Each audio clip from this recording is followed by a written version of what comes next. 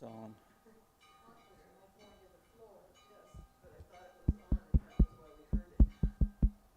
No, wasn't on Hello, yet. hello.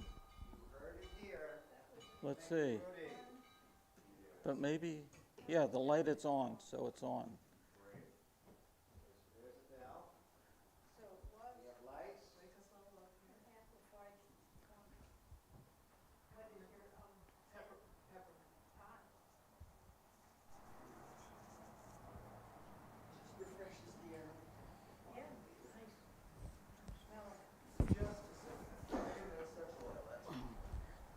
Hey, Guard, you got one of the programs that has all the lecture titles? Yes. Good. That helps me to remember.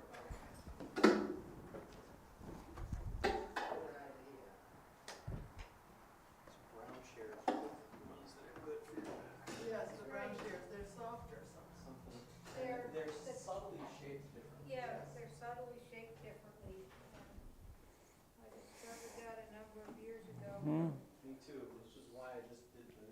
Started telling other people, then I realized if I tell too many other people. It'll all be very salesman. Yeah, we can tell everybody here.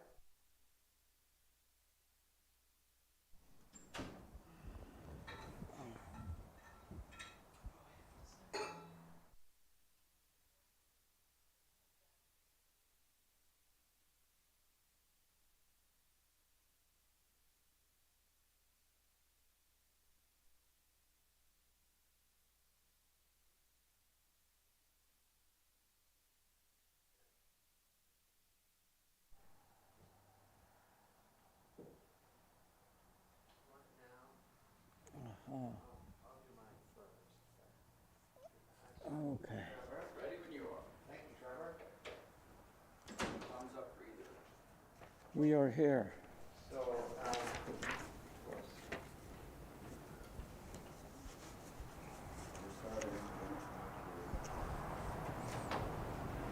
So welcome to Saturday.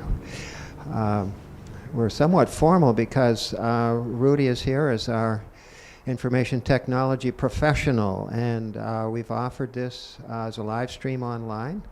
We're in the process of upgrading our hybrid potential, which is just at the beginning stage. So whether we have anyone this morning or not, it's a significant step indeed toward next year when we expect to have more hybrid participation and indeed more technological support. So Rudy, thank you very much.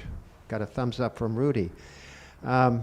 Susanna Curry was on the schedule to give something similar. She was going to do a reprise of the week. And for those of you who were here, I'm sure you'll appreciate it. And if you weren't able to be here, I'm sure you'll appreciate that as well. Our form this morning is we'll go till 10 of 11, 10 of noon if we need to.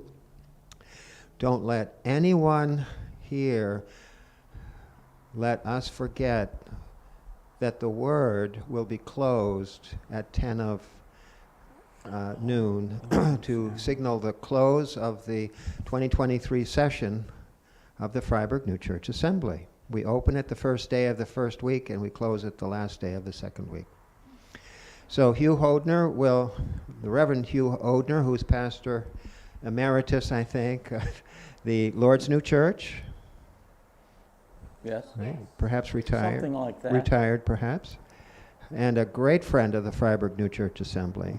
And Denise Cowley is here as well. And I'm Gard Perry. And my plan this morning is to provide a very brief but I think potent summary of what I found in the first week. And I'll read the theme in just a moment. And I'm going to say something about what I heard this week, and this will provide enough content for some conversation should there be some. And we'll have that brief conversation after my very brief, not only a reprise, but a reflection on the contribution Swedenborg makes to biblical interpretation. Followed by Hugh and the second week theme, and we'll have discussion after that talk as well, the holiness of the Word. So let's begin with just a brief reading of some of the paragraph, the essential paragraph that the lecturers received. And by the way, some of us are more comfortable with the word presenter. I'm presenting. So it reads like this. The biblical week was "You're in the Bible and the Bible is in you." And from our physical birth to our resurrection into the world of spirits at our death, we are offered spiritual correspondences to guide our journey in the story of the Bible, through the stories of the Bible. Swedenborg specifically outlined passages that advance the story of humanity's development and the spiritual growth of individuals.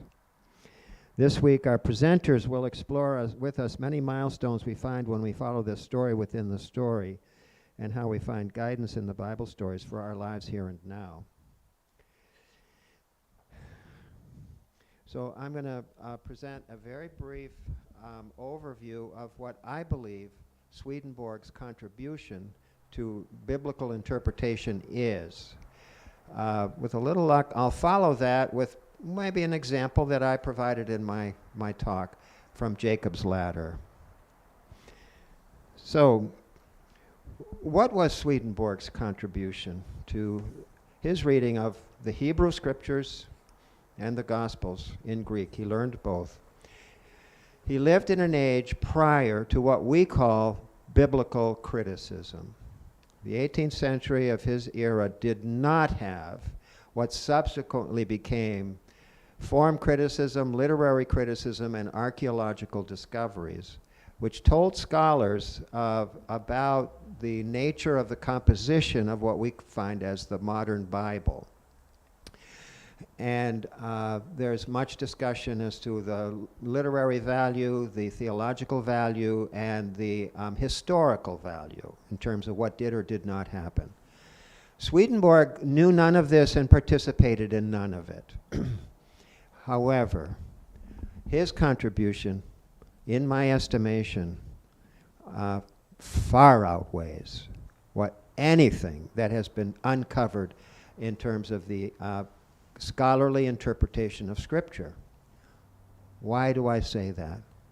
Because Swedenborg's contribution was to illuminate for the first time in history, this is in the 1700s, the first half of the 18th century, the nature of the human mind. The nature of the mind that would encounter the Scriptures. The nature of the mind that would interpret them. That's the first step. The second step, by virtue of his inquiry scientifically, he was able to infer by correspondences and directly experience, because of his mystical capacity, what is arguably the mind of God. And that's a pretty significant claim, and Swedenborg can back it up. So that's a very brief encounter with the significance of Swedenborg. I'd like to go take a little step now into saying a little bit more about why that is significant.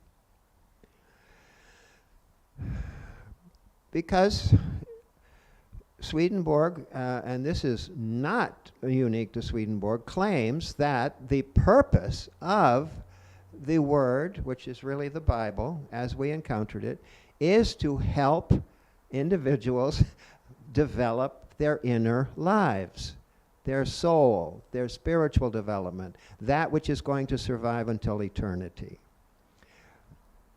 That, in his view, is the purpose of revelation, and he would regard the Scriptures as revelation. And therefore, its historical relevance, the form criticism I mentioned earlier, the modern interpretations, are simply not relevant to that quest. What's relevant is his objective, and he would claim this as objective. It's not a simple view. He inquired, he found that there are levels of the mind which can open, and that is the process allowing for the regeneration, which is the ability to love others as much or more than oneself. This is the basic idea of regeneration. And we do so not from our own will and self-oriented purposes, because we certainly can love others for that reason, and do, but we would do it on the basis of divinity itself being within the psyche. This is the key. Divinity itself, the divine human, resides, as does heaven, as does hell, within the psyche. Way, way, way deep. And we simply receive, according to our state of development, knowledge of how to live and knowledge about God. Okay. We get to one final big idea that follows upon what I've just mentioned. Swedenborg is the first person that I know of to bring this notion of accommodation, which means that individuals will find in the Bible not what's in the Bible, but what they see, hear, and know according to the state of their mind. This is the doctrine of accommodation.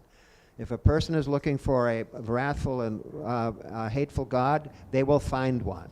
If they're looking for a loving God, they will find one.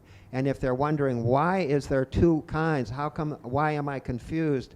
That's because this is a sacred text with a literal meaning and a not literal meaning. And these are states of mind within us. So hatred is within the reader, and we need to come to terms with that. And the Bible is an instruction manual as for how to do that. The doctrine of accommodation I just mentioned is a Swedenborg's contribution in the 19th century. So that would be a reprise of the first week from one presenter's point of view. I offer it as a kind of a gift, a little bit of content. We're going to have a chance to reflect on it in just a moment.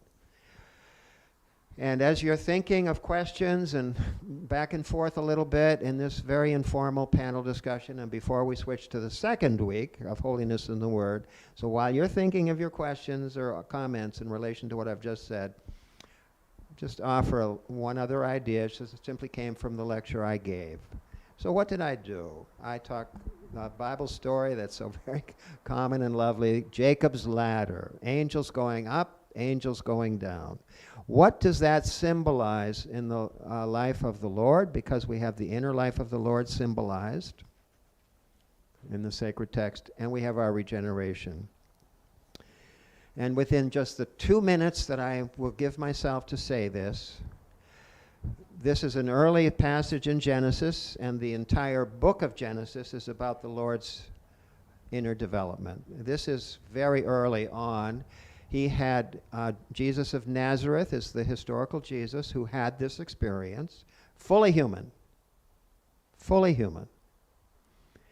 And his inner mind opened for the first time in history, really. That's a longer story, but his internal mind opened. It was God himself. God's self. That's unique. That's why Jesus is the divine human. And the Abram story is the book of his story of Jesus of Nazareth coming to terms with his infinite seeing and his infinite loving. He didn't know what to do with it. Isaac is the story of his beginning to come to terms with it and realizing he's going to be a teacher to others. And he then knew he was going to be called to save the human race. He asked God, how am I going to save the human race? This is the story of Abram's sacrifice of his son. And the answer to Jesus was, there shall be people to whom you will teach.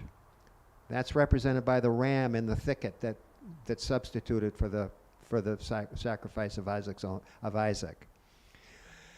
And Jacob is born, and that's the story of the angels going up and down the ladder, because Jacob had to flee the land from the wrath of his brother. See, it's a human drama. It's just like a family. It's a fight. He has to leave.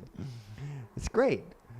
And he has a dream, and this is Jesus becoming aware that he's going to learn how to be a teacher, to have disciples, to form a movement, which would be based on love to the neighbor. And this is the very early part where the angels going up are his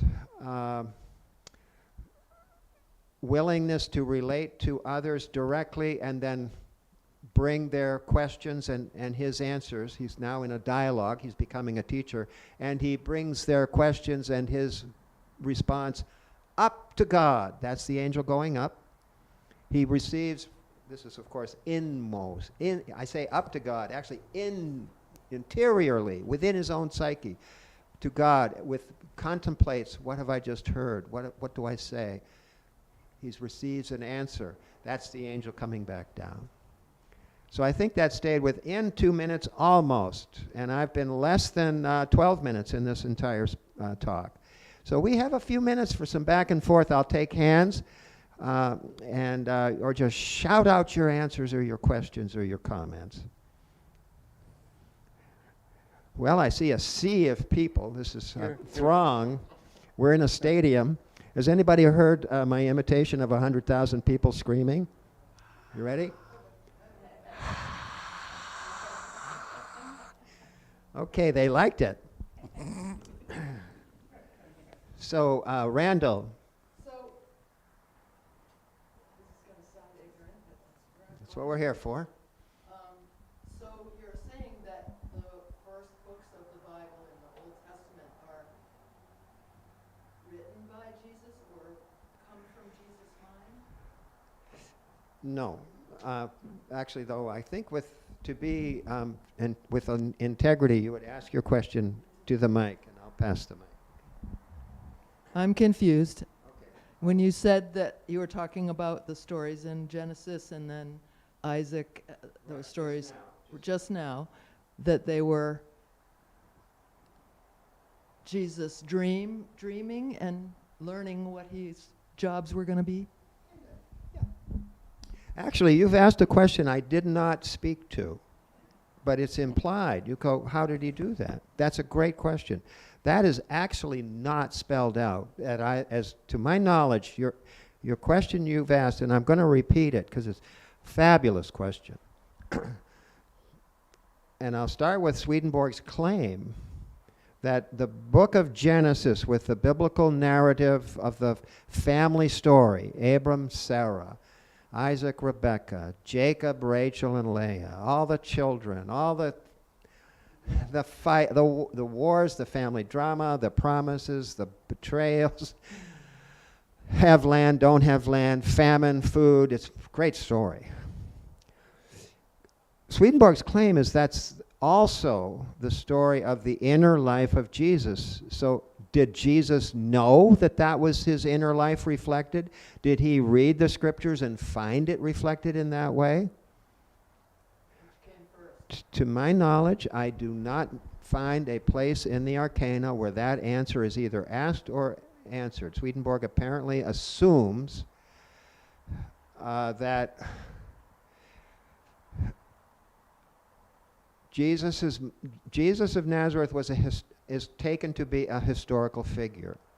He would have been a rabbi. He would have memorized scriptures. So his mind was a mind of a Jew, really an Israelite. Jews as a term I don't even think was terribly common at that time. He was like an Israelite in the first century Palestine. And he would have memorized, he would have memorized this book of the first 5 books. He would have known much of it by heart, the Psalms by heart. So his mind was formed in this way. So I'll tell you just how I have solved this problem. And it's only by inference and informed surmise. And that's, by the way, that is the historical method for this era because there is no record. Very little information available.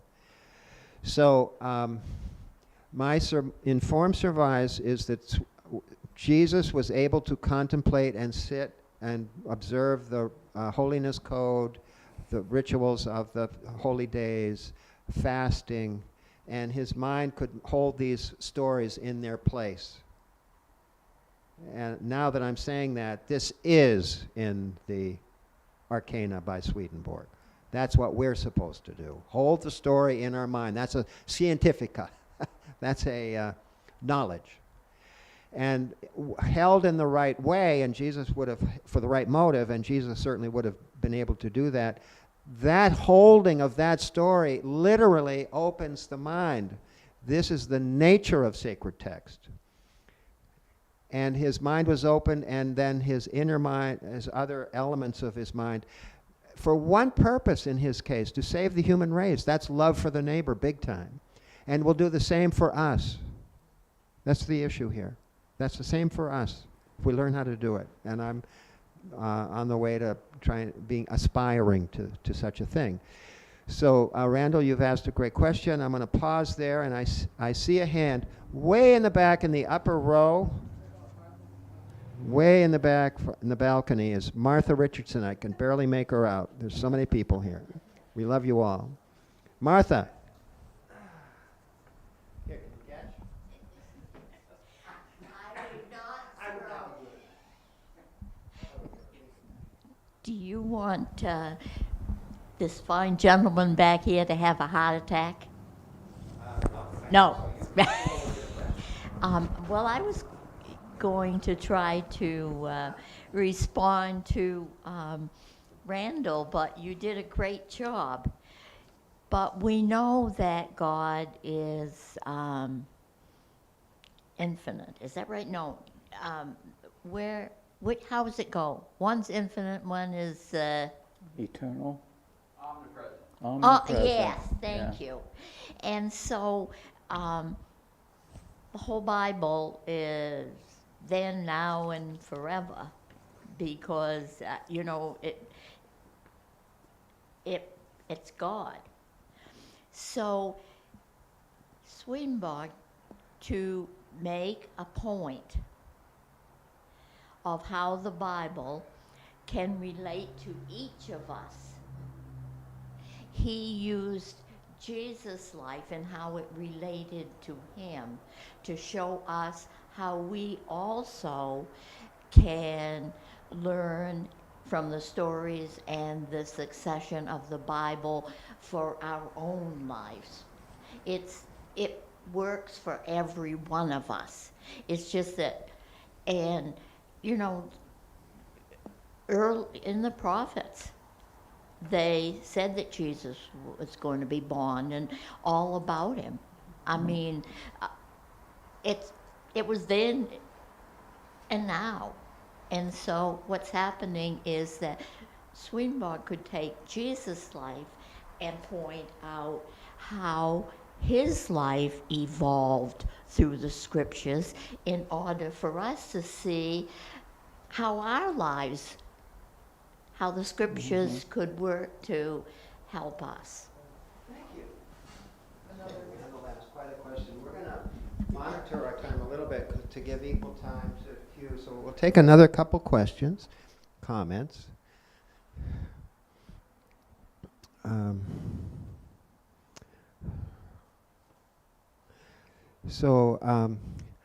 Seeing none, I'd like to just make a concluding comment, that something that I believe is pretty important. We live in a multiply purposed world, multiple disciplines for knowledge, multiple perspectives, multiple paths, Asian, Western. The issue is not the objective truth of this path. That's assumed. I don't question it. It's the objective truth of the path. It's a path. If you start at the path, it's one path. There are many other paths. So we hear this in convention. Swedenborg's universal salvation, basically. Buddhism, Hinduism, yoga, Christian Western meditation, Christian fundamentalism, by the way, lived rightly, is a wonderful path. Lived wrongly, it's a problem. But a path lived rightly, and this is a path. But why do I say this? First, I do say this out of respect for other perspectives than the one you've just heard. But this does not diminish the objective nature of the path I've described. And there's a phrase in 12 Steps, it works if you work it. It simply means if you want this path, like you say, I think I'll try this path. You will take a walk and you will find a gate. You will say, aha, I found the gate. Now, by the way, that's something I might have said earlier, might be a gate, an introductory idea. That's what gates are. I think I'll open the gate. I'll walk into the gate, through the gate. I'll see what I find, and I'll see if I can stay on the path as described by the path maker. And I'll find out what happens see how far I need to walk to begin to get a result. That's empirical. That's testing. That's finding. That's reporting. That's real. And by that, that's objective. Whether or not Jesus said what he said in the New Testament is really not the issue. It's a sacred text because it's called a sacred text, and if you want to call it a sacred text and you believe that and you decide to live in that way and walk on this path, you will find a result. And you will do so with many other paths. So that's my concluding remark. I'm sorry that all the hands I see, I'm not going to be able... if you can ask it, but we really need to be fair to my...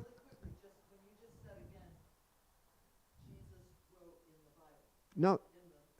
Wrote? Said. What Jesus said. He's reported to have said something written 100 years after his life. Whether he said that or not is no one can ever say definitively because there was no writing that he did. It was reported by those who heard him speak 2 generations later, not even by the first generation. So it was heard who heard who heard. Is that the question? Yeah, I just think of Jesus at a time when he was reading the Bible, the first 5 books of the Bible that were written before him. Yes, the Hebrew scriptures, thousands of years before him. 1,000 or about. No, less than that. Several hundred. Okay, wonderful. I appreciate everyone's attention for the first week. We're going to slide over to my colleague, the Reverend Hugh Odhner. Thank you, Hugh. I've got a mic, And you've got a mic? so you can hold on to that, which also means you get to pass it around. Thank you. Okay, second week. It was finding holiness in the Word today and every day.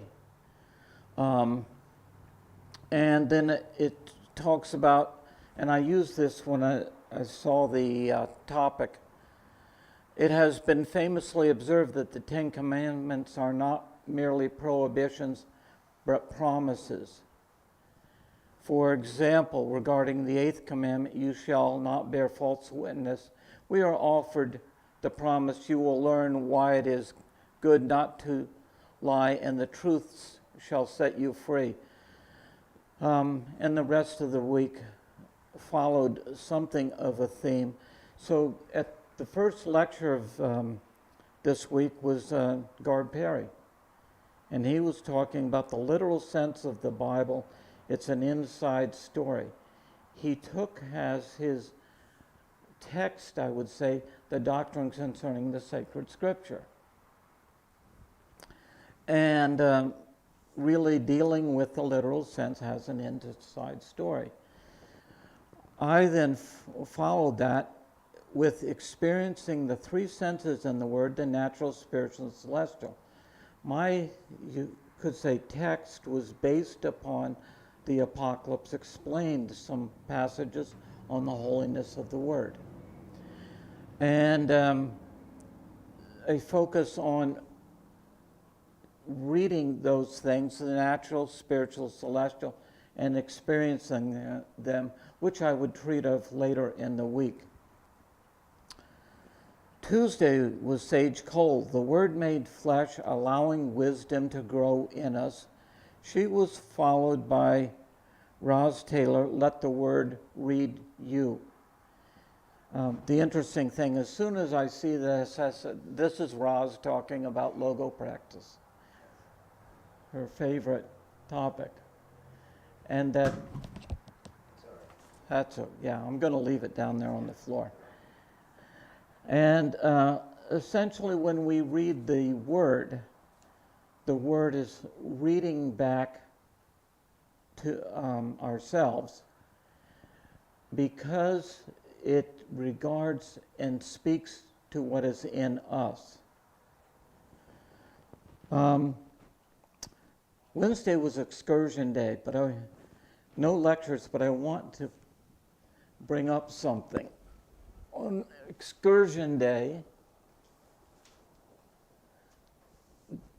Denise and I went out to a used bookstore in Conway, which I'd seen on the map. It's called the Local Bookie. And I'd seen it, and I thought, oh, it must be a place for buying lottery tickets and things like that. So I never regarded it. But then I noticed this time, reading their local map, that it's had a little ad and it said to use books. So I went there, and I had in the car, purposefully, I left in the car a box of used books. So I brought them to her, the lady over there. She kind of apologized because she could only take 3 of them. But I said, you're a business, you have to make money. So what was left over, I put out on the table out here.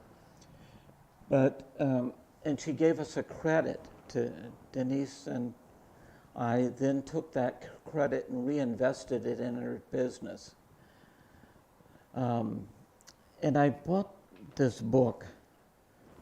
It's called The Empty Church.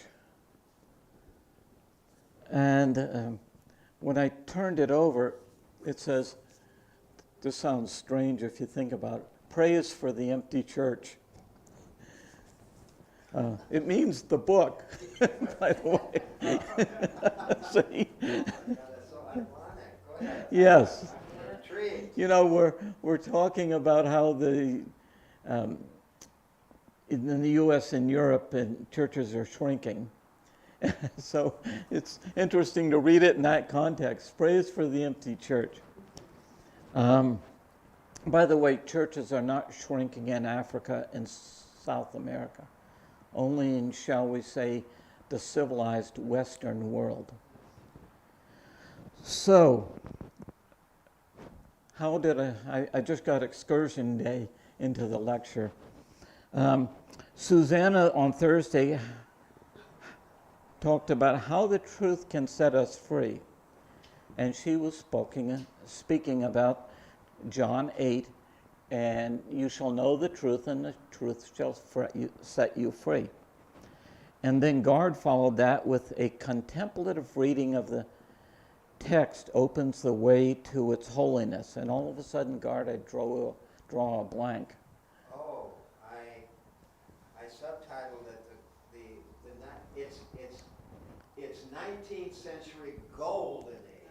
That's it. That's I it. took a text from John Worcester, published in 1902, that he wrote in the late 1800s in Intervale, explicating the offerings to the tabernacle that we find in Exodus, the tent and the gold rings and the container made of precious wood covered by gold with the 10 Commandments. And John Worcester did a wonderful, lovely internal reading of that from the 19th century. I just read out of his book and then commented on why I felt that the 19th century was a golden age and what we might retrieve from it. I could say more about that. Yeah, you said that with some sadness that the golden age had passed. But in the 19th century. And Gard was talking about Samson Reed's biography of one of the Worcesters and so forth. Worcester and Samson Reed were roommates and colleagues, and Samson Reed was a force in 19th century culture, romantic literature, etc. The interesting thing is, my takeaway from Gard's lecture, although I temporarily forgot it, was he filled in from a different perspective a lot of the history of that era. I had just been reading back home a booklet by Gladish, Robert Gladish, and he was writing about Fourierism and the 1840s, and mentioning that Fourier, 1840, Fourierism is a philosophy of right, communal living. yeah, Go ahead. that got corrupted badly, but in any case, as he wrote about the 1840s, I was starting to think about, and he mentions that from time to time there's these times when culture undergoes a drastic change. So he's talking about that, and what am I thinking about? Oh, sounds like the era I grew up in, the 1960s, when there was a big turnover in thinking.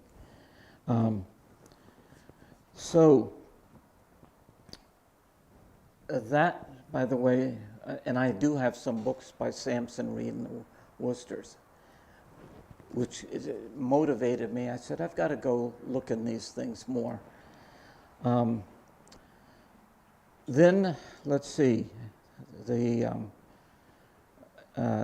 going through the 1800s, we get up to Friday, and I gave a talk on accommodation of divine holiness in the Word to angels and people. And then I was reading sections of the true Christian religion pertaining to or treating of the Ten Commandments, talking about the Ten Commandments understood naturally, spiritually, and celestial sense. But pointing out that even in the natural sense, it wasn't just thou shalt not kill and that's it. He went into all sorts of understandings of how the natural sense treats of deeper things. And then he goes into the spiritual sense and the celestial sense. The implication is that the higher senses are for the angels. However, the angels speak in languages we don't understand, a spiritual language. They communicate with us, but we don't really understand them cognitively. So what he was putting down was the spiritual and the celestial accommodated to us, so that we could understand something of the spiritual and celestial sense. In general, I'd say that the celestial sense tends to treat of the Lord and tends to treat of good or love, and the spiritual sense of truth. The two go together. And then we had Jim Lawrence, who came in virtually, and Gard and Jim did something that I really like doing, which is I get knowledge that I hadn't been exposed to before. And he was talking about, his title was one of those catchy titles, you know, that some scholars do. And riding double with the Lord in the Apocalypse. So he was talking about the white horse. But I think mainly he was talking about why Swedenborg was writing the Apocalypse Explained, and as he put it, just suddenly seemed to drop his pen and go off in a different direction.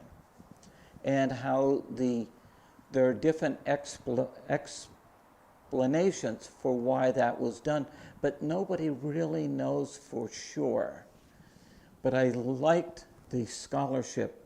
That's one of the things I appreciate about some of the convention scholars, is their scholarship. You know, you have secret knowledge that I don't have. And so Jim treated of the Apocalypse Explained, ideas on why it was dropped, and how it really represented a shift in the Swedenborg's treatment of, how would I put it, spiritual knowledge, because the emphasis was no longer in explications, I think is the right word, of opening up the inner meaning in Genesis and Exodus, and then he was trying to do the Apocalypse, and going into various doctrinal teachings which had been found here and there, but never in a complete book. So you don't find teachings concerning divine providence easily put together until you get to divine providence. And before that, divine love and wisdom. There was a shift there. And we can see the shift if we just look at the titles of the books and the years they were published, and you can see it. And then the last thing was True Christian Religion, last published work. Jim pointed out something I had not paid attention to. It was in True Christian Religion that Swedenborg really started naming names. Before that, he was talking about doctrines, but he was not talking about the people behind them. And then there was this shift, but his emphasis, I think, in True Christian Religion was a contrast, which was found a little earlier, between the teachings in what I would call the old Christian church and then the new church, and the contrast there. So that brings us up to today, where Susanna turned it over to us. Yes, and so turn it over to the, Yes. She told us to turn it over to questions Yes. and answers, any kind of comments or discussion. That's a very lovely reprise, by the way, a kind of summary of the Cook's tour of the week. And it's lovely to have you here today. So here we go. I saw Martha, you must bring Martha the mic and not toss it to her. Thank you, Mark. Something just occurred to me, that while he was writing the Apocalypse Explained and things, it was more of, not natural level, but more of his scientific mind and how he delved into things and experimented, kind of. Experimented with what things meant or how they worked or whatever. I mean, this, through the divine and through his visit to the spiritual world and all that. But then that shift was kind of more of a internal in himself, where his mysticism and all he'd learned from this natural delving, if you want to call it natural, it really, it was much more than that, but this natural delving, he then shifted to a more internal ideas and how he could put all of this that he had learned into use and for other people. That's nice. Thank you, Martha. So we have a few minutes see if you can stump the speaker. Well, that's easy to do. Anybody want to but- try to stump but Hugh? I want to reply a little bit, because Martha, you brought up a thought that before Swedenborg wrote the Arcana, he was working on some other things, and one was the I forgot its name. He was working on A book? a long The Economy thing. of the Animal No. Kingdom? No. Worship and Love of He God. was working on that. Thank you, Trevor. But it was, now I got it, the word explained. Actually, Word Explained. That's He what I Worship wanted. and Love of God, yes, and the Word Explained. That's the long And one it was that George Dole who was studying those. Yeah. And notice this this paragraph where Swedenborg talks about having a shift in mind, in his mind. Yes, okay. Do you mind? I will actually speak Yeah. to that. So those of us who worked with George late in his life know that he became fascinated by a work that had been translated poorly in his view by Alfred Acton and ignored. Worship and Love of God, a massive volume, just as many paragraphs virtually as the Arcana. He started working on it soon after his Enlightenment, Swedenborg's, 1744. And he took about 3 or 4 years on this, thinking he would publish it, I think. And George claims that it shows the interior development of the mind of Swedenborg from being a Lutheran, which he was when he was enlightened. He was a pious Lutheran and a scientist, famous scientist, on the verge of becoming really famous. But he put down his scientific pen in a way, and he learned Hebrew, and he went through the books of the Bible, which became the unpublished Word Explained. And the finding that George claims is that we find Swedenborg not only evolving from his Lutheranism to what we would now call a new church perspective of seeing the internal level of meaning in the scriptures and the call for a new dispensation. That evolved is what George claims. Didn't happen suddenly. And he follows the arc of that development. Now, I'm going to observe 2 things about that. This is a sad story because George finished it within about 3 years of his own passing. And now the Swedenborg Foundation doesn't know what to do with it. That's a little sad. I think they'll keep it, and I think a scholar will eventually find that and say this is very valuable. It is very valuable. And within a minute, let me say that the central finding that George conveyed is that Swedenborg returned to his childhood faith. Not the faith of an adult Lutheran, but a childhood Lutheran, where he would be singing childhood songs and memorizing psalms like, the Lord is my shepherd, I shall not want. So he became an 8-year-old, in a way, innocent. So he returned to an innocent self. And that was very important for him in his his continuing illumination as he worked on the Arcana, because it goes into very deep states of human experience. And innocence is among them. And that would be the innocence of wisdom, by the way. That's literal childhood. Now, one thing that has yet to be conveyed, it's related, is that the Lord, Jesus of Nazareth, in his glorification, there's a way of reading, and George helped me find this way, of reading this as beginning in the Lord's, that is Jesus's young adult life.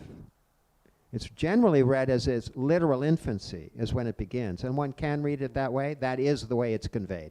There's plenty of literature about that. That's out there.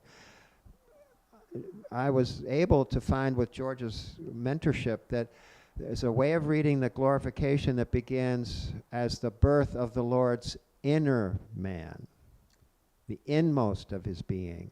That was what was opened. He was 18 at the time. And the first thing that Jesus of Nazareth did was what? Step by step, he returned to his state of infancy. Infancy.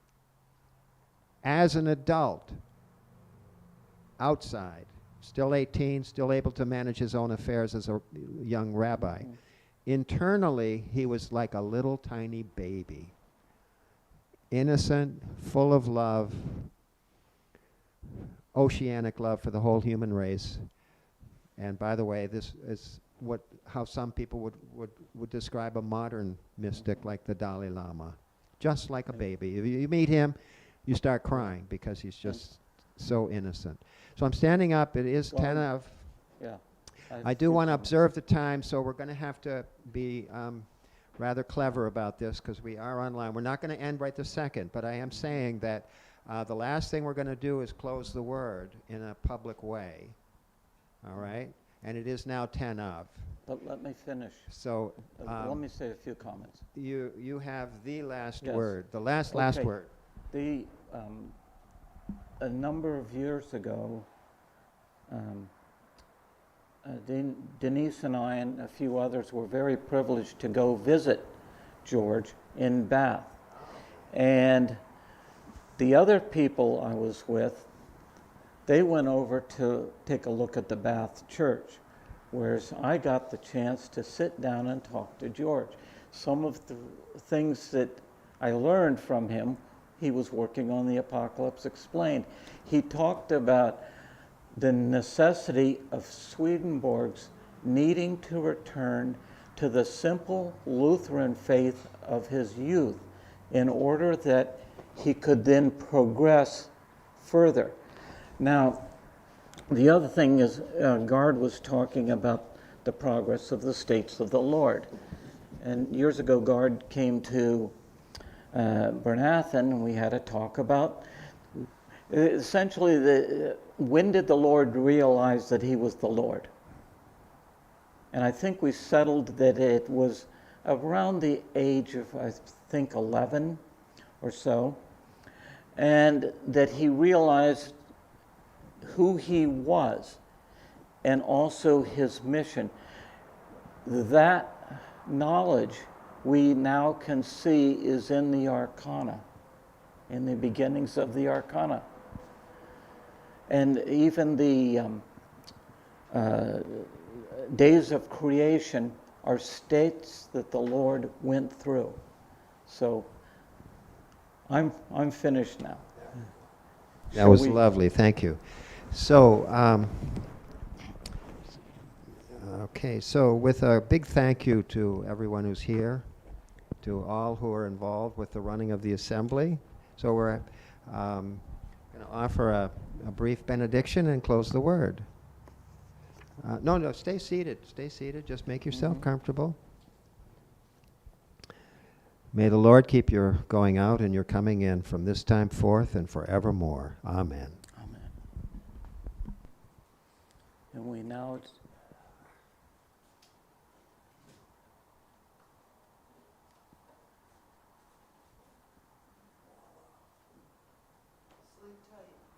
now declare this session of the Freiburg New Church Assembly finished. CLOSED. Complete. Yes, complete.